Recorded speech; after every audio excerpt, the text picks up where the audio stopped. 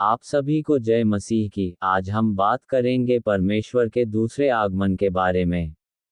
परमेश्वर का दूसरी आगमन एक ऐसी महत्वपूर्ण घटना है जिसे धार्मिक दृष्टिकोण से विभिन्न धर्मों में अलग अलग रूप से देखा गया है। विशेष रूप से ईसाई धर्म में यह अवधारणा यीशु मसीह का पुनः आगमन के रूप में प्रसिद्ध है। इस विषय को लेकर विभिन्न धार्मिक पुस्तकें और परंपराएं परिभाषाएं देती हैं कि पृथ्वी पर किस प्रकार के परिवर्तन और घटनाएं होंगी जब परमेश्वर का दूसरी बार आगमन होगा। यहाँ पर हम विशेष रूप से बाइबल और अन्य धार्मिक विचारों के आधार पर पृथ्वी की दशा का विश्लेषण करेंगे।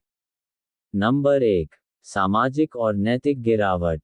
परमेश्वर के दूसरी आगमन से पहले पृथ्वी की दशा में एक प्रमुख विशेषता ये होगी कि समाज में नैतिक और सामाजिक गिरावट देखी जाएगी। बाइबल में इस बारे में कई स्थानों पर चेतावनी दी गई है कि मानवता अपने पापों में इतनी डूब जाएगी कि समाज में विकृति और भ्रष्टाचार बढ़ेंगे। बाइबल के मुताबिक मानवता अपने मार्ग से भटकेगी और बुराई का साम्राज्य फैल जाएगा। 2 तीमुथियुस 3:1-5 इसमें उल्लेख है कि लोग आत्मनिर्भर हो जाएंगे, अभिमानी होंगे और अपने ही स्वार्थ में डूबे रहेंगे। इस समय में मानवता अपनी आध्यात्मिकता और धर्म से दूर हो जाएगी। हत्या, हिंसा, बलात्कार, चोरी और झूठ बोलना जैसी बुराइयां आम हो जाएंगी। परिवारों में टूट-फूट, बच्चों में असम्मान और वृद्धों के प्रति घृणा का माहौल बन जाएगा। ये समय एक प्रकार के मूल्यहीनता का होगा, जहां लोग केवल भौतिक सुखों की खोज में भटकते रहेंगे। नंबर 2, प्राकृतिक आपदाएं। परमेश्वर के दूसरी आगमन से पहले पृथ्वी पर अनेक प्राकृतिक आपदाएं भी देखी जाएंगी। बाइबल के अनुसार ये समय होगा जब पृथ्वी पर अकाल, भूकंप, बाढ़, तूफान और अन्य भयंकर आपदाएं बढ़ जाएंगी। मैथ्यू 24:7 में कहा गया है, क्योंकि राष्ट्र राष्ट्र से और राज्य राज्य से लड़ा करेंगे, और महान उद्विग्नता, भूकंप और अकाल होंगे। ये घटनाएं केवल पृथ्वी के एक हिस्से में नहीं, बल्कि संपूर्ण पृथ्वी पर होंगी। इससे लोगों में भय और अनिश्चितता का माहौल बन जाएगा, और यही वह समय होगा जब पृथ्वी के लोग परमेश्वर के आगमन के संकेत के रूप में इन आपदाओं को देखेंगे। नंबर 3, धार्मिक विश्वास और विभाजन। जब परमेश्वर का दूसरी आगमन होगा, तो समाज में धार्मिक विश्वासों के प्रति असहमति और विभाजन बढ़ेंगे। बाइबल में ये भी कहा गया है कि मनुष्यों के बीच भ्रम की स्थिति होगी, और जो सत्य है, उसे लोग नकार देंगे। 2 थिस्सलुनीकियों 2:11। इसके साथ ही धार्मिक पंथों और विचारधाराओं में भी बंटवारा होगा, और कई लोग अपनी धार्मिक पहचान और मार्गदर्शन को खो देंगे। ये स्थिति ऐसे समय में उत्पन्न होगी जब झूठे धर्मगुरु और नेता लोगों को अपने झूठे धर्म और विश्वासों में आकर्षित करेंगे। लोग झूठी उम्मीदों और साधारणताओं के पीछे भागेंगे, और कई धार्मिक मतों में भ्रांति फैलेगी। ये समय होगा जब लोगों को यह समझने में कठिनाई होगी कि सत्य क्या है और झूठ क्या है। नंबर 4, वैज्ञानिक और तकनीकी प्रगति। आधुनिक समय में विज्ञान और प्रौद्योगिकी में तेजी से वृद्धि हुई है। जबकि यह प्रगति मनुष्य के लिए अनेक लाभ लेकर आए है, साथ ही इसके परिणामस्वरूप मानवता में आत्मकेंद्रितता, लालच और भौतिकवादिता बढ़ी है। परमेश्वर के दूसरी आगमन से पहले पृथ्वी पर तकनीकी क्रांति की गति और अधिक तेज हो सकती है, जिससे मानवता के जीवन में समृद्धि तो बढ़ेगी, लेकिन इसका नकारात्मक प्रभाव भी होगा।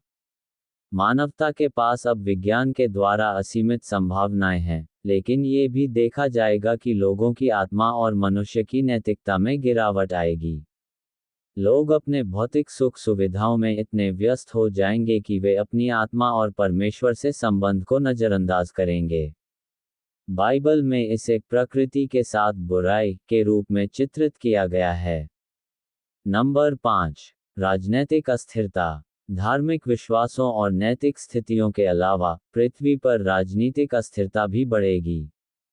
दुनिया भर के देशों में युद्ध, आतंकवाद और राजनीतिक संघर्ष अधिक होंगे। बाइबल में कहा गया है कि यह समय राष्ट्रों के बीच उथल-पुथल और आपसी विवादों का होगा। एक ओर जहां विज्ञान और प्रौद्योगिकी में उन्नति होगी, वहीं दूसरी ओर राजनीतिक अस्थिरता और संघर्षों में भी बढ़ोतरी होगी। ये समय युद्धों, क्रांतियों और वैश्विक आतंकवाद का होगा। मानवता पर नियंत्रण रखने वाली शक्तियां आपस में टकराएंगी और कमजोर देशों में संघर्ष बढ़ेगा।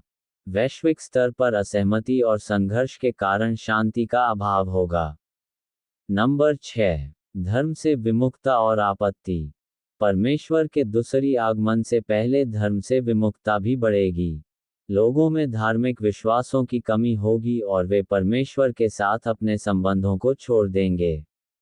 बाइबल के अनुसार इस समय में ईसाइयों और अन्य धार्मिक अनुयायियों पर अत्याचार और उत्पीड़न भी बढ़ेंगे।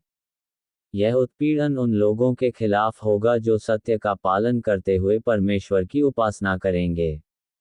नंबर 7, मानवता में जागृति। परमेश्वर के दूसरी आगमन से पहले एक सकारात्मक पहलू भी होगा, वह है मानवता में जागृति का होना। जब लोग देखते हैं कि उनके चारों ओर एक भयावह स्थिति बन रही है, तो कुछ लोग सत्य की ओर लौटने का प्रयास करेंगे। ये समय होगा जब लोग अपने पापों का प्रायश्चित करेंगे और धर्म की ओर वापस लौटेंगे। इस जागृति में पवित्र आत्मा की भूमिका महत्वपूर्ण होगी, जो मनुष्यों के दिलों में सत्य और आत्म प्रेम की भावना जगाएगा। समाप्ति के समय के संकेत परमेश्वर के दूसरी आगमन से पहले की पृथ्वी की दशा में स्पष्ट रूप से देखे जा सकते हैं। ये समय एक साथ दुखों, संघर्षों और चुनौतियों का होगा, लेकिन इसके साथ ही यह मानवता के लिए आत्मज्ञान और उद्धार का अवसर भी लेकर आएगा। इस समय का मुख्य उद्देश्य लोगों को अपने पापों से जागरूक करना और परमेश्वर के साथ एक सही संबंध स्थापित करना होगा।